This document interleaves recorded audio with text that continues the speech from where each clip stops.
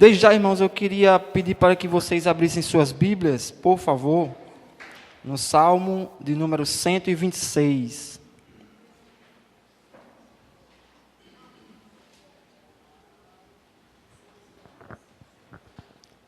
Salmo de número 126.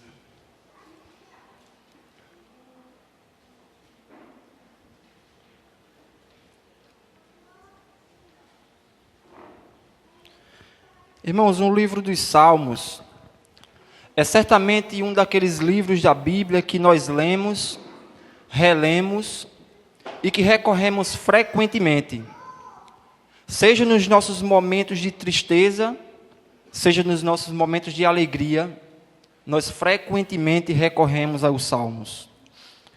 Isso acontece, irmãos, porque a maioria dos Salmos, eles realmente exprimem a realidade da alma humana. É isso que os Salmos fazem. Calvino, por exemplo, ele chamava os Salmos de a anatomia da alma. É aquilo que de fato expressa a realidade da alma dos homens. E é isso que os Salmos fazem.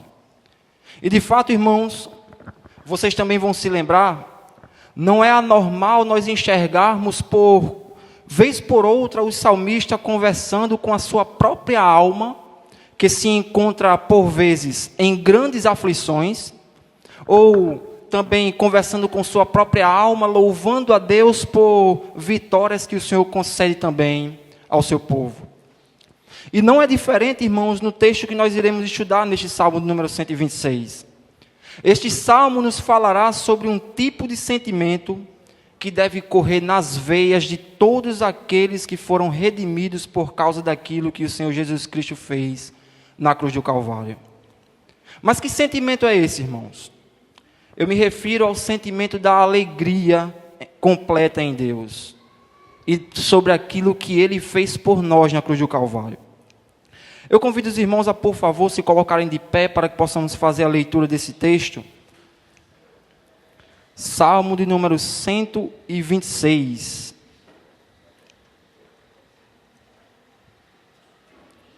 O texto sagrado diz assim: quando o Senhor trouxe os cativos de volta a Sião, foi como um sonho.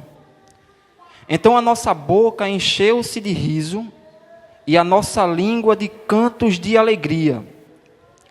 Até nas outras nações se dizia: o Senhor fez coisas grandiosas por este povo. Sim, coisas grandiosas fez o Senhor por nós, por isso estamos alegres. Senhor, restaura-nos assim como enches o leito dos ribeiros no deserto. Aqueles que semeiam com lágrimas, com cantos de alegria colherão. Aquele que sai chorando enquanto lança semente, voltará com cantos de alegria, trazendo seus feixes. Senhor, nós queremos te louvar pela tua bondade para conosco. De fato, como foi cantado aqui, como já foi orado também ao Senhor, nenhum de nós merecíamos estar aqui. Merecíamos, por conta dos nossos muitos pecados, cair mortos nesse exato momento, porque não somos dignos de estar na presença do Senhor. Mas obrigado porque a nossa injustiça foi estampada em Cristo Jesus quando Ele resolveu levar sobre si no madeiro os nossos pecados. E obrigado porque a justiça do Teu Filho, Cristo Jesus, está estampada em nós. De modo que todos nós podemos dizer, cantando como Paulo: não há condenação para todos aqueles que estão em Cristo Jesus. Nós queremos Te louvar por isso. Te pedimos perdão por todos os nossos pecados e pedimos, Senhor, pela assistência do Teu Santo Espírito para comigo que estarei falando e para os meus irmãos que estarão ouvindo. Nos ajuda em todas as coisas, em Cristo Jesus nós Te oramos. Amém. Podem sentar, irmãos. Irmãos, nós não sabemos quem foi o autor deste salmo. O que podemos ter certeza, irmãos, é que o autor deste Salmo número 126, ele expressou muito bem qual era o sentimento do povo de Deus na ocasião em que eles foram libertos do grande cativeiro na Babilônia. Este, na verdade, foi o contexto que este salmo, provavelmente, ele foi escrito. É como, irmão, se este salmo tivesse sido escrito como uma espécie de cântico em agradecimento pela grande libertação do seu povo daquele cativeiro da Babilônia. Depois de um longo período, irmãos, que eles passaram ali presos naquele cativeiro, o povo de Deus estava, enfim, depois de 70 anos, experimentando a tão sonhada libertação. E não é de se estranhar, irmãos, que eles sonhassem tanto com esta libertação, tendo em vista que, de fato, esse longo período de 70 anos, eles passaram ali como escravos naquele lugar. Mas uma pergunta, irmão, se faz necessária aqui, na verdade, para entendermos tanto o texto que nós iremos estudar, quanto a nossa própria vida, quando insistimos nos nossos pecados. E a pergunta é: o que foi que levou o povo de Deus a parar neste grande cativeiro na Babilônia? O que foi que direcionou eles até ali? Para contar um pouco da história que todos nós já sabemos, o povo de Deus, irmãos, havia já entrado na terra prometida sob a liderança de Josué. Aquela mesma terra que o próprio Deus havia jurado dar aos seus descendentes, na verdade, aos descendentes de Abraão. E eles receberam aquela terra, irmãos. De fato, Deus ele prometeu dar a terra aos descendentes de Abraão e, de fato, cumpriu aquilo que prometeu. Eles já estavam, então, ali, o povo de Deus já estava gozando da alegria de habitarem na terra que o Senhor lhes dera com mão forte e poderosa. Só que quando eles já estavam ali, irmãos, naquela terra, quando eles estavam gozando da terra que o Senhor deu a eles por sua bondade e misericórdia, por incrível que pareça, o povo se esqueceu do Senhor. E dentro daquela mesma terra que o Senhor deu a eles por pura bondade e misericórdia, fizeram aquilo que é comum ao coração pervertido dos homens. Começaram a adorar outros deuses e passaram, irmãos, a se misturar com todos os tipos de povos pagãos que eles poderiam se relacionar naqueles dias. Então, quanto mais o tempo se passava, irmãos, mais eles se tornavam idólatras. Quanto mais o tempo passava, mais eles endureciam o coração deles. É por esta razão, irmãos, que, para usar uma linguagem humana, tanto para esses irmãos aqui do contexto do Salmo 126, como para nós, o cuidado que devemos ter com os nossos pecados, a paciência do Senhor se esgotou em relação a eles. Na verdade, irmãos, o próprio Deus foi quem disciplinou o seu povo, enviando os povos inimigos para levar o seu povo cativo, onde serviram por cerca de 70 anos, como já falei no início. Por isso que, respondendo à pergunta que fiz no início, o povo de Deus veio parar neste cativeiro não por outra coisa, senão somente por causa do pecado. Esta é a realidade dentro deste salmo. E, na verdade, como já foi falado aqui, neste dia comemorativo da Páscoa, nós já podemos, ainda antes de entrarmos no nosso texto, na exposição, podemos lembrar, irmãos, da graça do nosso Deus, que mesmo estando preso nos nossos pecados, o Senhor nos libertou para que possamos agora viver para Ele. É dentro desse contexto que o Salmo, irmãos, ele vai se caminhar. E apesar ainda também, antes de entrarmos na exposição do texto, apesar de todo este cenário que eu já mencionei de perversidade por parte do povo de Deus, que direcionou eles àquele cativeiro na Babilônia, o que nenhum de nós podemos esquecer, irmãos, é que conforme diz o Salmo 116, verso 5, e quero deixar isso registrado no seu coração: compassivo e justo é o Senhor, o nosso Deus é misericordioso. É exatamente por isso, irmãos, que todos nós podemos estar aqui, porque o nosso Deus, Ele é misericordioso. É por isso que nós iremos estudar hoje sobre o seguinte tema: o nosso Deus, Ele tem poder para transformar a tristeza em alegria. Este será o nosso tema de hoje. O nosso Deus, Ele tem todo o poder, irmãos, para transformar a tristeza em alegria. Novamente, irmãos, a pergunta que nós devemos fazer aqui, diante de tudo que já ouvimos, é a seguinte: se o nosso texto ele vai falar sobre uma tristeza que o Senhor transforma em alegria, a pergunta que devemos fazer é: de onde vem a nossa alegria? De onde é que nós podemos extrair as alegrias, irmãos, ou melhor, deixar o nosso coração contente, mesmo diante das muitas aflições que nós enfrentamos nesta vida? No nosso sermão de hoje, nós encontraremos pelo menos duas respostas para esta pergunta. E em primeiro lugar, nós veremos dos versículos 1 a 3, que a alegria do povo de Deus, ela deve vir daquilo que o Senhor já fez por nós. Esse será o nosso primeiro ponto. A alegria que o cristão, que todos aqueles que foram redimidos pelo sangue do Cordeiro, a alegria que eles devem ter, deve vir daquilo que o Senhor já fez por nós. Se os irmãos notaram aí, irmãos, veja, por exemplo, o verso número 1. Veja o que diz o verso número 1. O texto diz assim: quando o Senhor trouxe os cativos de volta a Sião, foi como um sonho. Então a nossa boca encheu-se de riso e a nossa língua de cantos de alegria.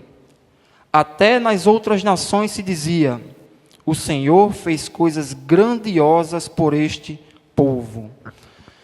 Mencionando basicamente o verso número 1, se os irmãos notaram, todos os verbos que aparecem dos versículos 1 a 3, eles se encontram todos eles no passado.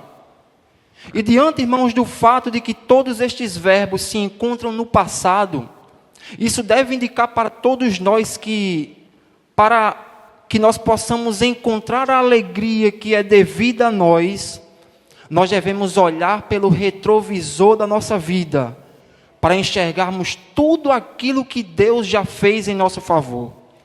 É isso que nós devemos fazer, para que nós possamos encontrar o contentamento necessário e devido para todos os cristãos, aquilo que de fato devemos ter como alegria. É necessário nós não esquecermos de tudo aquilo que Deus já fez por nós. É por isso que é necessário, irmãos, olharmos pelo retrovisor para enxergar isso. E é exatamente isso que o salmista faz aqui. O salmista, ele olha para trás, ele olha para o passado, a fim de fazer uma espécie de retrospectiva do que Deus já fez pelo seu povo. É isso que o salmista faz aqui. E como diz o pastor, irmãos, Hernandes Dias Lopes, ele escreve o seguinte: a intervenção do Senhor é sempre maior do que a expectativa humana. Geralmente, quando nós estamos, irmãos, em cenários de aflição, nós esperamos sim, com as nossas orações, que Deus ele haja em nosso favor. É assim que funciona. E é exatamente isso que o salmista aqui está expressando, porque o que ele diz diante todo o capítulo número 126, traz para nós a ideia de que eles tinham um tipo de expectativa do que Deus ia fazer por eles. Mas o que Deus fez foi muito maior do que aquilo que eles estavam esperando. E é exatamente por isso que eu convido você a reler o verso número 1. Veja como é que o salmista ele expressa isso. Ele diz assim: quando o Senhor trouxe os cativos de volta a Sião, o final da frase dele, foi como um sonho. Esta é a expectativa que eles tinham, irmãos, que na verdade foram superadas quando o Senhor interviu na situação deles. Foi muito maior do que aquilo que eles estavam esperando que Deus fizesse. Por isso o salmista diz: foi como um sonho. Um texto, irmãos, que pode nos ajudar, por exemplo, a que nós possamos enxergar o tipo de aflição que aquele povo estava sofrendo, é o Salmo número 137, que eu peço que você veja, por favor. Folheie sua Bíblia ao Salmo de número 137, para que nós possamos enxergar o tamanho da aflição daquele povo enquanto estavam cativos ali na Babilônia. Vejam o que diz o verso número 1. O texto diz assim: junto aos rios da Babilônia, nós nos sentamos e choramos com saudade de Sião. Eis aqui, irmãos, a situação do povo de Deus enquanto estavam presos naquele cativeiro, eles olhavam e estavam chorando, literalmente, em um lugar que certamente eles não gostariam de estar. Como diz um outro certo comentarista, diante do que disse esse verso número 1 do Salmo 137, juntos, o povo de Deus formou um coral do gemido. Era exatamente isso que estava se passando neles. O povo de Deus estava exatamente dentro desta expectativa que não foi alcançada enquanto estavam ali naqueles 70 anos que passaram presos naquele cativeiro na Babilônia. Esta era a situação do povo de Deus. Esta era então a aflição da alma do povo de Deus. O que eles se esqueceram, no entanto, irmãos, talvez, e é o que vez por outra nós também nos esquecemos, é que por graça, o cativeiro tinha prazo determinado por Deus. Se nós percebermos, irmãos, eles passariam ali naquele cativeiro cerca de 70 anos, nem um dia mais. É claro que, assim como foi na história de Jó, e geralmente é exatamente isso que os teólogos dizem, nós, quando lemos a história de Jó, nós sabemos o final da história, mas Jó não sabia. O que esses irmãos aqui do contexto também não sabiam, é que o prazo de validade da estadia deles ali no cativeiro na Babilônia era de 70 anos, eles não sabiam. Eles não sabiam se de fato seriam libertos daquele cativeiro ou não. Do mesmo modo como Jó não sabia o final da sua história. Nós sabemos do final da história de Jó porque a Escritura traz para nós. E é exatamente este cenário de dúvida também que eu gosto muito de uma frase de Heber Campos, quando ele diz que diante das aflições, das decisões difíceis que nós enfrentamos nesta vida, seja lá quais forem, nós não temos um trailer como no filme, para saber o final da história. É por isso que o nosso coração fica aflito. E era esse o contexto que esses irmãos aqui no Salmo 126 estavam passando.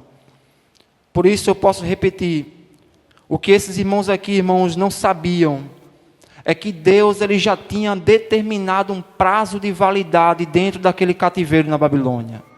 Eles não passariam ali nem um dia mais, além dos 70 anos. A libertação do povo de Deus, irmãos, diante de todo aquele cenário de perversidade e escravidão, enquanto estavam ali na Babilônia, foi um contexto, irmãos, que diante daquela aflição que estavam enfrentando, eles precisavam lembrar de algo que jamais nós devemos esquecer. A libertação do povo de Deus não aconteceu por acaso ou pela sorte. Na verdade, eu posso dizer, irmãos, com toda a certeza do mundo, que acaso e sorte são duas palavras que nem devem existir no vocabulário do povo de Deus. Acaso e sorte para nós simplesmente não existe. Pelo contrário, irmãos, aquela libertação do povo de Deus depois de tantos anos vividos ali na Babilônia, ela só aconteceu por causa daquilo que nós conhecemos como a boa doutrina da providência de Deus. Ou seja, a mão poderosa do Senhor agiu e os tirou soberanamente daquele cativeiro. Nunca se esqueça de que até as aflições que todos nós enfrentamos nesta vida, elas não passam de servas de Deus, e todas elas estão sob o seu governo, debaixo da sua santa providência. Se vocês observarem, irmãos, novamente o que diz o verso número 1, o salmista ele faz questão de atribuir a Deus aquela libertação, quando diz o seguinte: quando o Senhor trouxe os cativos de volta a Sião, foi como um sonho. Veja que o salmista não atribui a sorte, olha, não aconteceu isso, então agora nós fomos libertos. Não. O salmista olha para o Senhor e diz: olha, foi por causa da tua mão que nós não estamos mais aqui. É exatamente esse o louvor do salmista aqui. Por isso que ele conclui o verso 1 dizendo: olha, foi como um sonho aquilo que o Senhor fez por nós. A Escritura, irmãos, ela registra isso para que todos nós saibamos de uma coisa em especial. todos os acontecimentos da história não estão nas fracas mãos do acaso, mas nas fortes mãos de nosso Salvador. É essa verdade que tem que ser exposta no nosso coração. Mas existe um outro aspecto acerca da intervenção do Senhor, quando libertou o seu povo desse cativeiro na Babilônia. A intervenção do Senhor, ela também deve produzir no seu povo alegria. É isso que é a intervenção do Senhor, quando Ele intervém para libertar o seu povo. É isso que deve ser produzido no coração de todos aqueles que provam da sua bondade, da bondade da sua libertação. Alegria. É por isso que eu peço que você veja aí os versículos 2 e o verso número 3.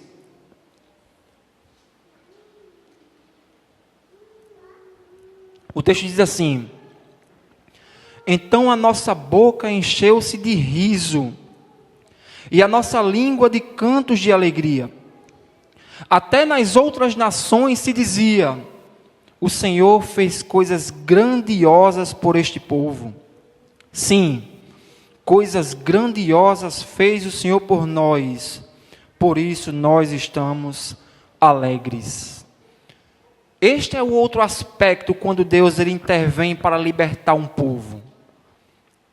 O que deve, irmão, ser exposto no nosso coração também como verdade é isso. O povo de Deus precisa de alegria no coração por causa da bondade e da libertação do nosso Deus a nosso favor. É isso que o salmista escreve aqui. Então vocês viram dentro desses dois versos, versículos 2 e 3, vocês conseguiriam perceber que Deus, Ele realmente é especialista em transformar tristeza em alegria? É isso que nós enxergamos aqui, quando lemos o capítulo número 137, o verso número 1, o que nós enxergamos, irmãos, é que esse povo estava aflito enquanto estava ali. Eles estavam chorando pela situação atual deles. E Deus vem e muda toda aquela realidade por causa da sua providência. Foi o que Ele fez aqui com o seu povo. E foi também o que Deus fez por todos nós, quando nos libertou da escravidão dos nossos pecados. Lembre-se, irmãos, ninguém pode dar risadas enquanto vive preso como escravo, mas a libertação, ela deve trazer sim alegria para a alma de todos aqueles que creem em Cristo Jesus. Ninguém pode dar risadas enquanto está preso como escravo na Babilônia. Ninguém pode dar risadas, de acordo até com o texto que João citou aqui, enquanto está preso em delitos e pecados. Mas quando Deus, Ele, por meio do seu santo Filho Cristo Jesus, resolve pagar os nossos pecados, assumindo um lugar que não era seu, aí é a hora da alegria. E foi exatamente isso que Deus, Ele fez por nós. E por isso, irmãos, eu pergunto a todos nós aqui, para que todos nós respondamos: que tipo de sentimento deveria ter um povo que foi liberto por Deus? Qual é o sentimento que deveria estar nos nossos corações por um povo que teve Cristo Jesus como nosso substituto? Nas palavras do salmista, irmãos, pelo que ele escreve nesse verso número 2, um povo que provou da bondade de Deus precisa se encher de riso e cantar de alegria. Esse deve ser o nosso sentimento. Nos enchermos de riso e cantar de alegria por tão grande salvação. Mas existe algo curioso, irmãos, sobre esta grande libertação realizada por Deus aqui neste Salmo número 126. É importante nós percebermos uma ideia que, na verdade, realmente, quando nós lemos aqui, quando nós fazemos uma leitura corrida no Salmo 126, por vezes nós não encontramos essa ideia aqui. Nós não conseguimos capturar essa ideia no texto. Mas a ideia é a seguinte: é importante percebermos que várias nações, enxergaram este grande milagre da libertação que Deus realizou em favor do seu povo com a sua mão poderosa. É importante nós entendermos que não somente o povo de Deus testemunhou daquilo que Deus fez por eles quando foram libertos aqui do cativeiro da Babilônia. Não somente o povo de Deus provou daquela realidade na verdade. Não somente o povo de Deus enxergou aquele grande milagre que Deus realizou em favor deles, mas várias outras nações também enxergaram a intervenção de Deus pelo seu povo. Percebam, não somente o povo de Deus estava ali na Babilônia, e isso é importante nós destacarmos aqui, mas também várias outras nações. Sabe por que isso é verdade, irmãos? Porque naqueles dias a Babilônia era a nação dominante daqueles dias ali. Sendo assim, quando Deus ele libertou o seu povo daquele grande cativeiro depois de tantos anos, todas as nações que estavam presentes ali foram capazes de enxergar a mão de Deus agindo em favor do seu povo. Eles olharam de longe e enxergaram o que Deus estava fazendo por eles. Então, irmãos, é como se dentro deste cenário no Salmo 126, é como se a cena fosse essa, para vocês entenderem. Enquanto o povo de Deus estava caminhando para fora da Babilônia, enquanto eles estavam caminhando para deixarem a escravidão naquele lugar, na Babilônia, é como se os outros povos que não confiavam em Deus, olhassem de longe e dissessem: o Senhor fez coisas grandiosas por este povo. Então imaginem essa cena. Enquanto o povo de Deus está caminhando, deixando a escravidão da Babilônia, os outros povos olhavam de longe e apontavam e diziam: olha o que Deus deles está fazendo por eles. E é importante nós destacarmos também que não é por causa da falta de endeusar alguém, irmãos. Todos esses povos que enxergaram o povo de Deus saindo da escravidão da Babilônia, todos eles eram idólatras.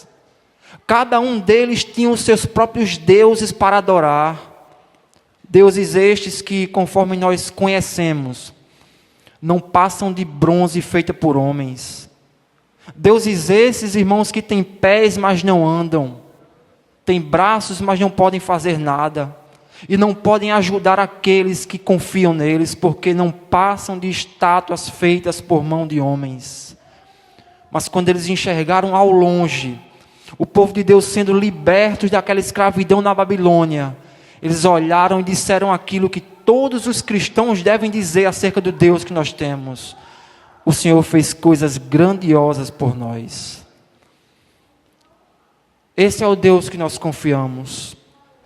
Calvino, comentando esse trecho aqui, irmãos, diante do que Deus fez, diante deste cenário onde o povo de Deus provou da libertação, e os povos inimigos também viram de longe o povo de Deus sendo liberto, Calvino diz que até um cego poderia ver a grande libertação de Deus pelo seu povo aqui. Então veja o Deus que nós confiamos. Percebam, irmãos, que nós não estamos tratando aqui de um Deus de pedra. Nós não estamos tratando aqui de um Deus de barro, de bronze, ou seja lá o que for. Nós estamos tratando aqui do Deus que não precisava de nós para reinar.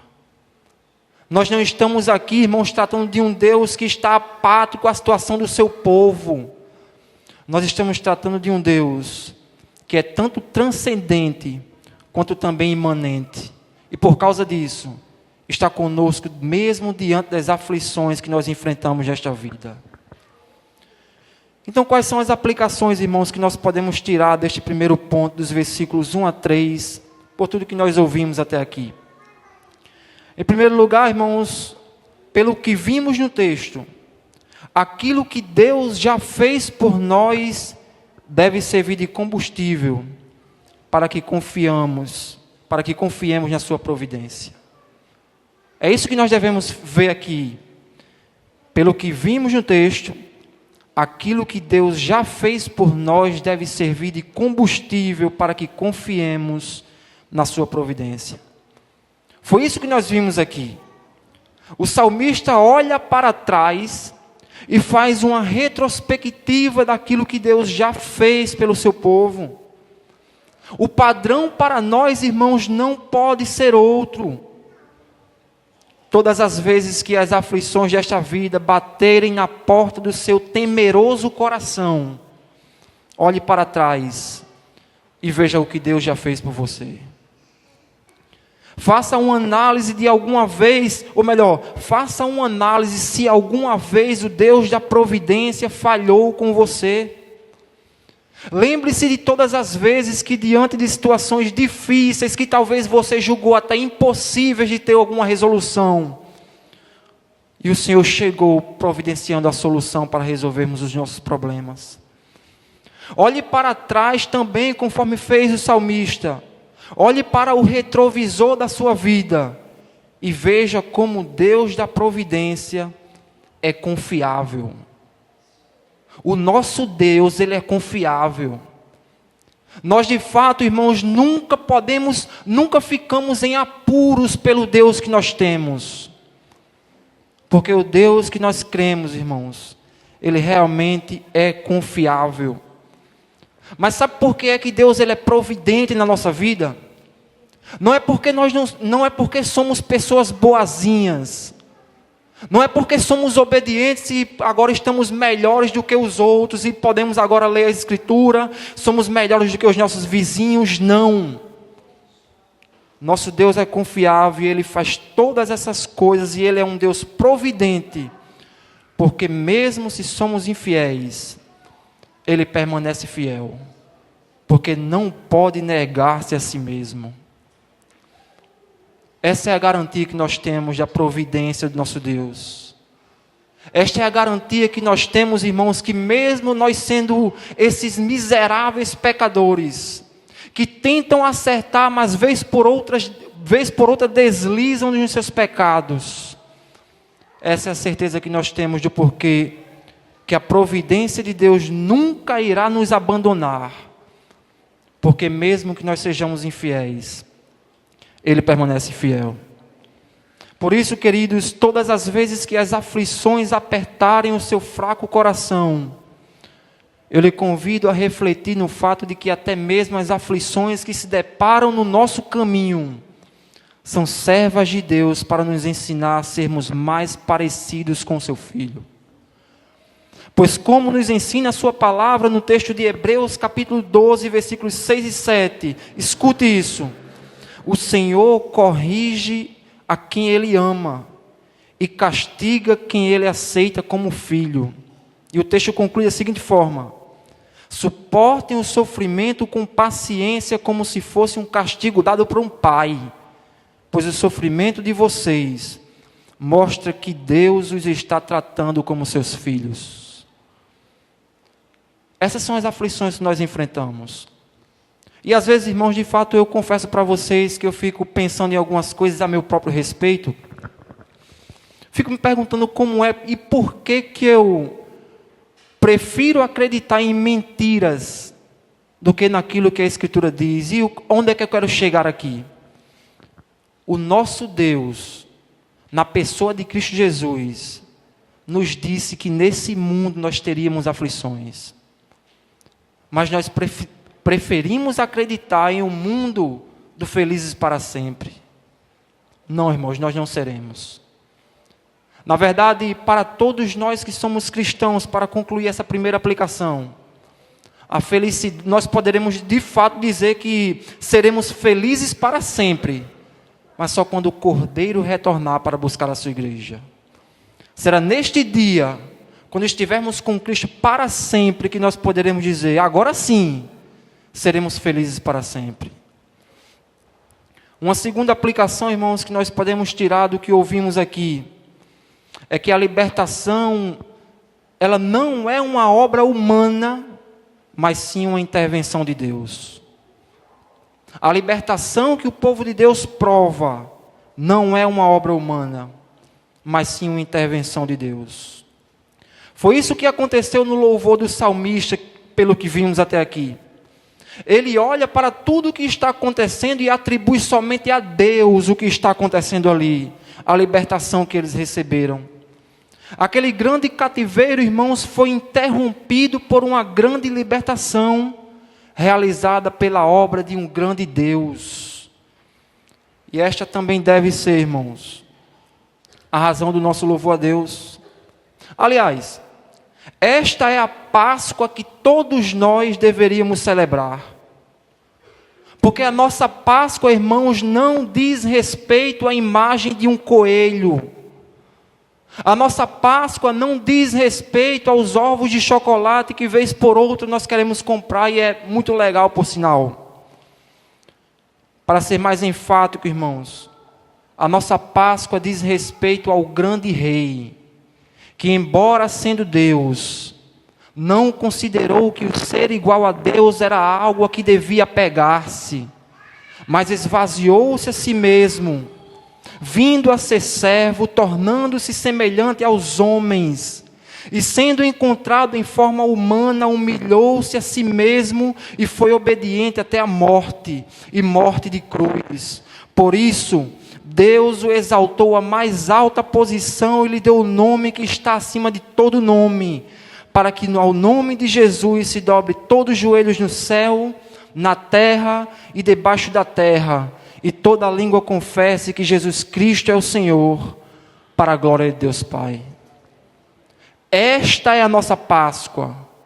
É isso que nós comemoramos. Na verdade, para utilizar também uma frase que eu gosto muito, uma frase de Billy Graham. Ele diz que dentro de tudo isso que eu falei aqui, ele escreve que o maior acontecimento da história não foi o homem subir e pisar na lua, mas Deus descer e pisar na terra e habitar entre nós. É isso que diz esse texto de Filipenses. O Deus que não precisava se doar por nós, mas se entregou para que a justiça dele fosse estampada em cada um de nós, de modo que por causa disso somos livres. É isso que o povo de Deus celebra então, irmãos, como já disse, na Páscoa. O dia em que Deus se fez homem, viveu uma vida que jamais poderíamos viver, morreu numa cruz que era para ser nossa, assumindo pecados que não eram seus, para que nós recebêssemos uma justiça que não era nossa, e fôssemos aceitos como filhos de Deus por meio de Jesus Cristo, nosso Senhor.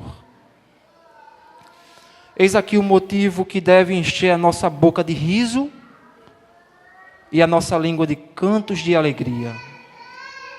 O Senhor Jesus Cristo se deu em nosso favor. Então é isso, irmãos, que nós vimos no nosso primeiro ponto. Que a alegria do povo de Deus realmente ela deve vir daquilo que Deus já fez por nós. Agora nós veremos no segundo ponto, na verdade, segundo e último ponto, nós veremos que nós podemos nos alegrar também naquilo que Deus ainda vai fazer. É esse o Deus que nós cremos, irmãos. Nós, domingo após domingo, semanalmente, lembramos que nós não merecemos a graça do Senhor. Lembramos que nós não somos dignos de entrar na sua presença. Mas é também um Deus que nós sabemos que estará conosco e realizará grandes feitos em nosso favor. Essa é a sua graça. Um certo comentarista, irmãos, diz que o que nós veremos aqui no versículo 4 é uma oração do salmista a Deus por avivamento. Veja o que o salmista diz no verso número 4.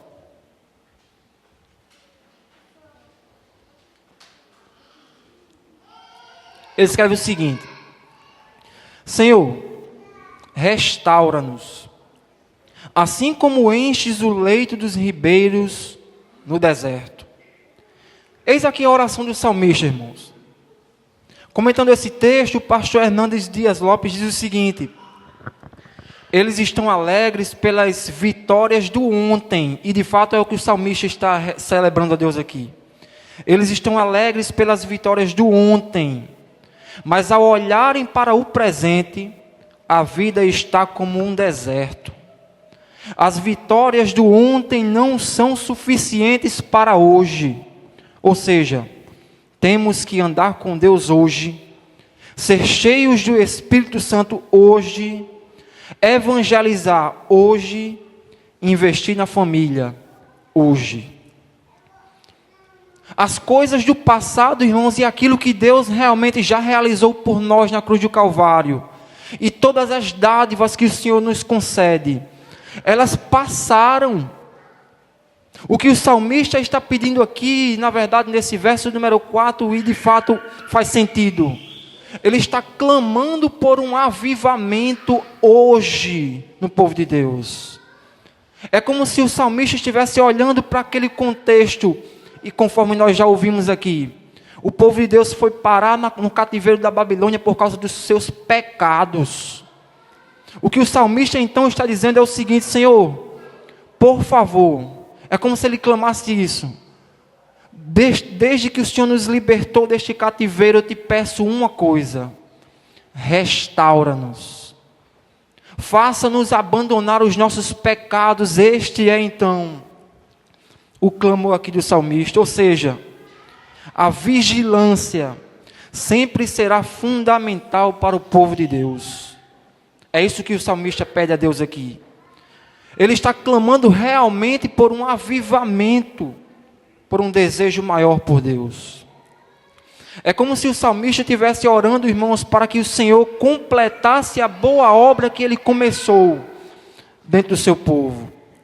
E notem, assim como o salmista ele atribui a libertação do seu povo, do povo de Deus aqui, assim como o salmista no verso 1 diz: olha, tudo isso que está acontecendo aqui é obra das tuas mãos. Agora nesse verso 4, se os irmãos repararem aí, em sua oração ele também confessa que somente Deus pode restaurar o seu povo, mas ninguém. Ele está olhando para Deus pedindo: restaura-nos. Como alguém que diz: estou te clamando isso, porque somente o Senhor pode restaurar o teu povo. Então a oração feita aqui, irmãos, pelo salmista, deve nos fazer olhar para este importante exercício espiritual, a oração. Nós precisamos, irmãos, nos atentar para este fato, diante desta oração que o salmista fez aqui. Nós precisamos analisar, sim, como anda este importante exercício espiritual chamado oração. Afinal, como registra outro comentarista, ele diz o seguinte: hoje nós temos fome de livros, mas não temos fome de Deus. Lemos livros sobre oração, pregamos sobre a oração, temos uma boa teologia sobre a oração, mas oramos pouco. Isso de fato, irmãos, acerta o nosso coração, porque quando nós não nos dedicamos à oração, nós corremos o risco de passar pelos vales sombrios da intelectualidade. Nós corremos o risco de ficarmos como Pedro, que não conseguiu orar por pouco tempo com Jesus ali no Getsêmani. E o próprio Jesus, ele deu a Pedro naquela cena aquilo que de fato acontece conosco quando nós não oramos. Nós caímos em tentações. Nós precisamos sim nos atentar mais para este exercício espiritual chamado oração. E é isso que o salmista está fazendo aqui. Ele está olhando para Deus dizendo: Senhor, restaura a nossa sorte. Traga um avivamento aqui para o teu povo. E talvez seja exatamente, irmãos, a nossa realidade hoje. A nossa falta de exercício nessa disciplina chamada oração. Certa vez, irmãos, perguntaram a Charles Spurgeon, fizeram a seguinte pergunta a ele: qual é o segredo para o seu ministério? E aí ele respondeu: o segredo para o meu ministério é a igreja em oração. É isso que deve tomar conta dos nossos corações também. Claro, estou aplicando aqui também algumas coisas acerca da oração por causa desse verso número 4 que nós enxergamos o salmista fazendo esse clamor a Deus por restauração, para que o povo de fato abandonasse os seus pecados. E os irmãos sabem que no livro dos Salmos, Várias figuras são usadas para expressar aquilo que eles queriam dizer.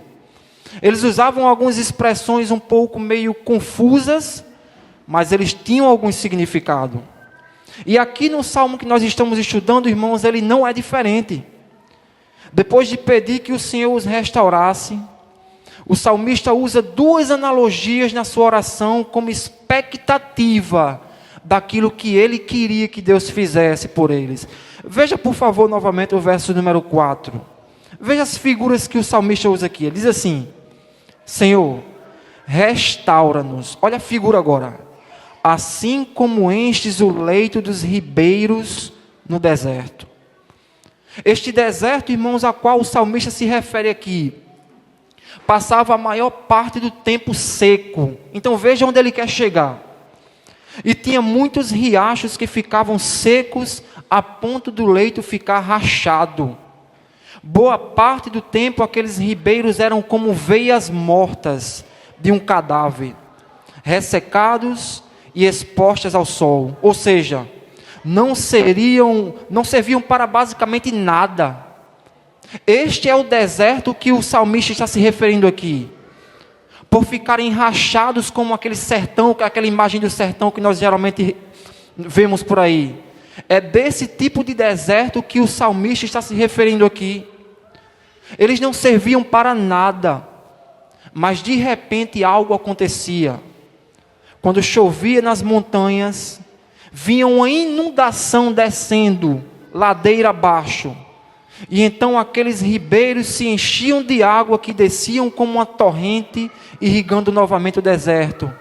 E aí sim, era o tempo deles começarem a semear. Essa é a figura, irmãos, aqui que o salmista está se utilizando. Ele olha para Deus e pede para o Senhor restaurá-los. Pede para que o Senhor mude a sorte deles, aquela realidade de pecado que fizeram eles pararem na Babilônia. O salmista está olhando e dizendo: Senhor, reaviva o teu povo para que nós possamos agora colher os frutos da enchente do avivamento. Nos ajuda a abandonar os nossos pecados, e este é o clamor dele aqui. É como se o salmista estivesse dizendo exatamente isso, irmãos. É esse o clamor dele, e é este o seu desejo. Para o salmista também, irmãos, as dificuldades que nós enfrentamos nesta vida, ao processo de semeadura, e nós precisamos entender isso. O processo de semeadura, irmãos, nunca será um processo fácil. Nós precisamos entender isso. Semear nunca é algo fácil. E os israelitas aqui, o povo de Deus, nesse contexto, sabia muito bem disso. Por isso o salmista completa nos versículos 5 e 6, veja o que ele diz: aqueles que semeiam com lágrimas, com cantos de alegria colherão. Aquele que sai chorando enquanto lança a semente, voltará com cantos de alegria, trazendo seus feixes. Nesta outra figura, irmãos, usada aqui pelo salmista, o que ele quer dizer é o seguinte: durante aquela época de seca que eu já falei aqui, os trabalhadores tinham, olha a situação dos trabalhadores, eles tinham que plantar, mesmo que aquele terreno estivesse seco. Isso é o que eles deveriam fazer. Eles deveriam plantar a semente, mesmo com aquela terra seca. E eles faziam tudo isso, irmãos, mesmo sem saber se a chuva viria ou não. Essa era a situação deles. Eles deveriam semear naquela terra seca, mesmo sem entender e saber se a chuva viria realmente ou não. Esta era a realidade dos agricultores naqueles dias. Eles saíam espalhando então, irmãos, a semente em esperança. Era o que eles faziam, eles semeavam em esperança de algo acontecer, mas eles não sabiam se ia acontecer. E com lágrimas nos olhos, eles faziam tudo isso. É por isso que o salmista coloca isso no versículo número 6. Eles faziam isso, irmãos, com lágrimas nos olhos. Para finalizar este salmo, se utilizando de mais uma figura, o salmista não esquece novamente da fidelidade de Deus. Por isso, se você reparou no versículo 6, veja como ele finaliza. Leia novamente o verso 6. O salmista diz assim: aquele que sai chorando enquanto lança semente, voltará com cantos de alegria, trazendo seus feixes. É como se agora o salmista estivesse dizendo o seguinte: olha, eu sei que no tempo certo o Senhor mandará a chuva, pois tu és um Deus fiel. Essa, irmãos, era a situação destes homens que estavam semeando aqui. Eles semeavam realmente em esperança. Mesmo, para usar a nossa linguagem aqui hoje, mesmo diante das muitas aflições que realmente acertavam eles, mesmo sem saber se a chuva vem ou não, eles precisavam semear em esperança, e esperando na fidelidade de Deus, que poderia mandar a chuva, porque Deus é um Deus fiel. Então, quais são, irmãos, as aplicações que nós podemos tirar aqui deste segundo e último ponto? A primeira delas é a seguinte: o período da dolorosa semeadura passará, e a colheita logo chegará. Essa é a nossa primeira aplicação. O período da dolorosa semeadura passará, e a colheita logo chegará. Irmãos, por mais que a nossa peregrinação neste mundo, ela realmente esteja dura, porque de fato é. Por mais que isso seja verdadeiro, por mais que a nossa peregrinação seja difícil e nós peregrinemos aqui, conforme vimos no texto, em lágrimas, um dia, conforme vimos no texto, nós voltaremos trazendo os nossos feixes com júbilo. Esta é a mensagem do texto aqui. Mesmo quando a semeadura, irmãos, ela é acompanhada por grandes aflições, mesmo quando a nossa peregrinação é acertada por grandes dificuldades, é certo que a nossa colheita trará alegria. Esta é a realidade para os peregrinos. Mesmo perante as muitas dificuldades que todos nós certamente enfrentamos nesta vida, a visão dos campos floridos, dos frutos amadurecendo, compensa as dificuldades que enfrentamos. É exatamente isso que o salmista diz quando conclui com essas figuras que ele utiliza aqui. E é verdade, irmãos, que por vezes, durante a nossa peregrinação aqui neste mundo, o solo no qual nós estamos semeando parece ser duro demais. Parece que na nossa peregrinação o solo no qual nós estamos semeando parece muito seco, por assim dizer. No entanto, como ouvimos aqui e também enxergamos no texto, por causa da fidelidade de Deus, a colheita é certa. Esta é a garantia que nós podemos ter. E é isso que o salmista diz, conforme vimos no final do verso 6. Apesar das grandes dificuldades que enfrentamos, podemos sim se levantar e dizer como Jó: eu sei que o meu Redentor vive, e que no fim se levantará sobre a terra. Nós precisamos sim, irmãos, nos apegar nesta verdade, de que por causa não da nossa fidelidade para com Deus, mas da sua fidelidade para com a sua palavra e consequentemente a nós podemos ficar certos de que um dia o Senhor se levantará sobre a terra, e nós seremos realmente, apesar das lágrimas de hoje, nós poderemos ser vitoriosos, porque Cristo também venceu. A segunda aplicação que podemos tirar aqui, irmãos, desse texto, é a seguinte: fiquemos certos de que aquele que começou boa obra em nós, vai completar. Esta é uma certeza que todos os cristãos devem ter. Deus completará a boa obra que começou no seu povo. A grande libertação que o nosso grande Rei Jesus Cristo nos deu, irmãos, ela não foi parcial, mas completa. Esta foi a grande libertação que nós recebemos em Cristo Jesus, uma libertação completa, de modo que, mesmo nos nossos pecados, porque realmente, infelizmente, nós ainda pecamos hoje, nós podemos dizer a qualquer pessoa que nos procure, a nossa salvação é certa e garantida no nosso Senhor Jesus Cristo. Sabe por que nós podemos dizer isso? Pela justiça de Cristo? Porque a nossa salvação, irmãos, a libertação que recebemos não foi parcial, mas completa, apesar dos nossos pecados. Absolutamente nada, irmãos, pode nos afastar daquele que nos comprou com o seu precioso sangue. É isso exatamente como vocês sabem que o apóstolo Paulo declara quando escreve: porque estou certo de que nem a morte, nem a vida, nem os anjos, nem os principados, nem as potestades, nem o presente, nem o porvir, nem a altura, nem a profundidade, nem alguma outra criatura nos poderá separar do amor de Deus que está em Cristo Jesus, nosso Senhor.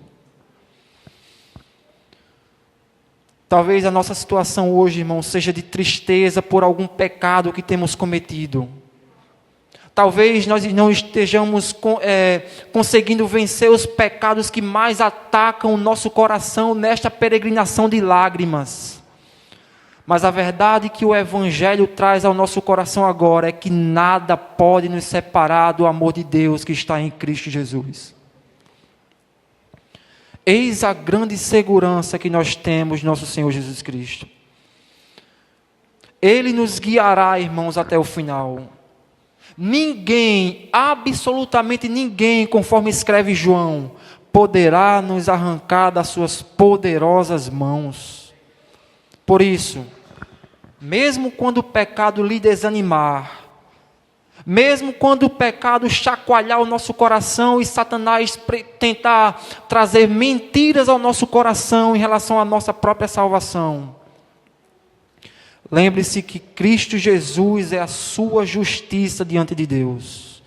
E nada, absolutamente nada poderá nos separar do amor de Deus que está em Cristo Jesus, nosso Senhor. E eu concluo esta aplicação, irmãos, dizendo, também conforme o apóstolo Paulo escreve aos Filipenses no capítulo 1, verso 6. Lembre-se disso. Aquele que começou boa obra em vocês, vai completá-la até o dia de Cristo Jesus. Esse será o dia, irmãos, então, que nós de fato traremos novamente os nossos feixes com alegria no coração. O dia que nós aí, sim, para toda a eternidade, poderemos cantar, louvar ao Senhor em perfeição, porque seremos como Ele é. Convido os irmãos a se colocarem de pé para que possamos orar ao Senhor.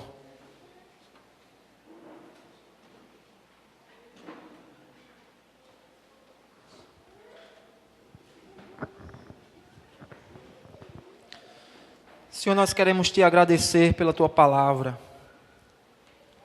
Queremos Te agradecer porque a mesma situação deste Salmo de número 126 é a mesma situação que nós nos encontrávamos. Estávamos amarrados, éramos escravos dos nossos próprios pecados. Mas por causa da glória de Deus que resplandeceu para nós na face de Cristo Jesus, nós fomos libertos da escravidão desse pecado maldito. E de fato hoje, Senhor, nós ainda convivemos com Ele. Nós ainda, vez por outra, deslizamos dos nossos pecados. E isso realmente entristece o nosso coração, porque queríamos Te louvar em perfeição. Nos perdoe, Senhor, pelos arranhões da nossa adoração. Mas o que nós cremos é que, por causa do Teu Filho, Cristo Jesus, a nossa adoração chega perfeita a Deus por causa da justiça que há nele. Nós te louvamos por esta libertação que o Senhor nos fez provar. Quando o teu filho quis, porque quis trazer salvação ao teu povo, nós te agradecemos, Senhor, por causa de tão grande salvação. De forma voluntária, o teu filho se deu e morreu numa cruz que era para ser nossa. Perdoa, por favor, os nossos pecados, e eu concluo esta oração te pedindo que a alegria seja a realidade do nosso coração, por causa da grande libertação que recebemos de teu Filho, Cristo Jesus. É assim que nós oramos e te agradecemos, em nome de Cristo Jesus, aquele que morreu, mas ressuscitou ao terceiro dia, e vive pelos séculos dos séculos. Amém.